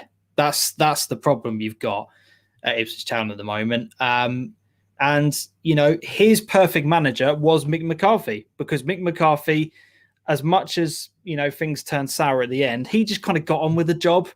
He found the signings that would get you from A to B. It wasn't glamorous. There was nothing exciting about it, but he got the results and he got the job done. Mick McCarthy was his perfect manager. And I think now he's scrambling for a way to try and get Ipswich back into the Championship. But to be honest, he probably doesn't want to be in the Championship anymore because the amount of money that he was hemorrhaging in the Championship compared to what he's now hemorrhaging out, there's no contrast between them. He's in a wage cap and stuff like that, though. That team's going nowhere. He's in a financially better position by Ipswich being in League One. So unless you're going to have somebody coming in to say, right, I will buy the club off you, then things aren't going to change because it doesn't matter who you have in charge of the squad. And unless something happens at the top, the investment into the squad, which is desperately needed, can't be done. Now, can you get a coach in that can tactically get more out of his squad? Yeah, probably you can. They need to get a physio in that can get more out of the squad to start with. True. We've had 3 years of injury problems. I don't know when the last time was that we actually had a right back that could play consistently in a right back position that suited them. Honestly, the whole team is just, we've been running for about 15 years by putting square pegs in round holes whilst expecting, at one point, the joke was that we wanted to go to the Premier League. And just imagine those heady days when we played you in that playoff final.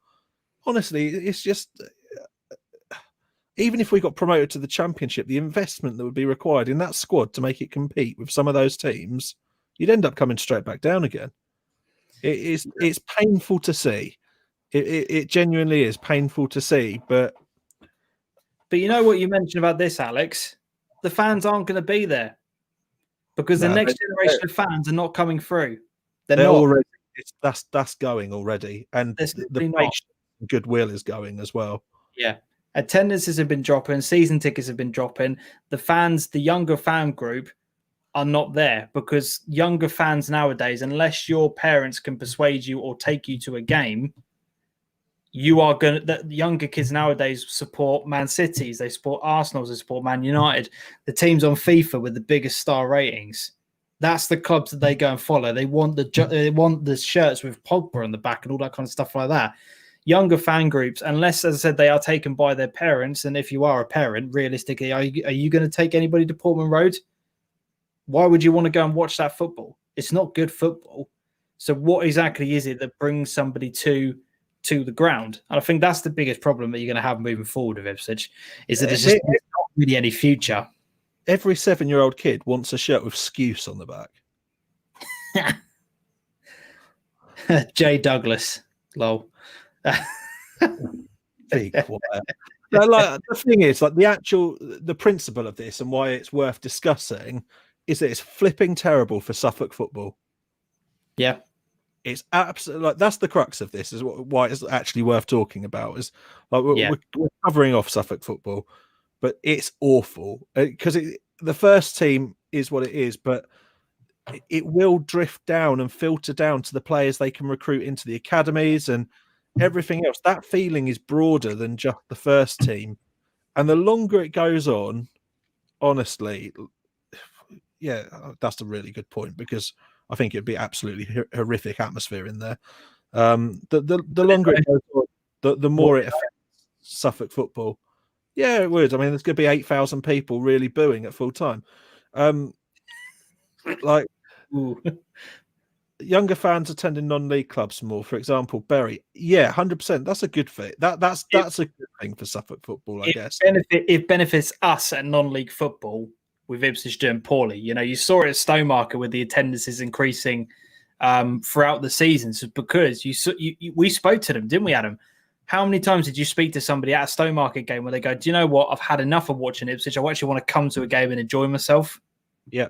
It happens at every club around our level. So the more people stop going to watch Ipswich, the better it will be for our level of football because they'll actually come into a football and into a community that will accept them and really, really look after them and take care of them. And that's what non-league football's about. The economics, though, and they will embrace those fans. The economics, though, and the development of local football that sits behind that in terms of on the field rather than off the field is going to suffer massively. Like hugely. Like that's not going to be quickly repairable, I shouldn't imagine. Jason. Oh dear. Funny. Do you know what? If you put their bank balances on a piece of paper, he's probably not wrong. Well, he's not wrong. Isn't that because Ipswich are in debt to the tune of 100 million or something silly? Exactly. It is. Norwich Dean, wake up. Dean, wake up. You're having a dream. You're having a dream, Dean. Definitely. Like, I'm consigned to Ipswich just being one of these teams that are just stuck in the mud for a lot of years now. And Norwich being a yo-yo club, which I've spoken to you about before, James. You took some offence to me saying that, but I do think that's what will happen. Really. No, it probably is. It probably is a reality of where Norwich are at the moment, but I'm right with that. I think more people in Suffolk will then support Norwich over time because they will get the odd big name come in and stuff like that, and people will drift away from Ipswich because I won't go and watch Ipswich. And so I don't think like Finley will be a devout Ipswich fan as he grows up. He's got his first Ipswich kit, which he got for Christmas, but he's not going to be massively interested in Ipswich because I've completely got off it. The reason I was hugely into Ipswich is because my dad always took me because he was into it. And as that starts to fade away, the kids will find somewhere else. Yeah. And hopefully they find non-league football. And that's where we're going to round things up. Guys, really appreciate everybody who's been involved in the comment section tonight. It's been really good in the comments tonight. And that is, I said, just a massive thank you. Massive thank you. It's been really, really good. So if you've enjoyed the video, as I said, make sure you hit the thumbs up from a YouTube perspective. Remember to subscribe to the channel. The growth on the channel recently has been absolutely amazing. So really, really do appreciate every one of you who has subscribed. Remember, it's so easy. You just need a Gmail account. Go onto the DeeJam YouTube channel and click subscribe. It's free. Doesn't cost you anything. It just helps the channel boost up as well. Again, if you're watching from a Twitter perspective, retweet it, Facebook, share it, all that kind of stuff. We will see you guys next Monday for another non-league show. Thank you very much again to everyone involved in the comments. But until next time, as always on the show, adios.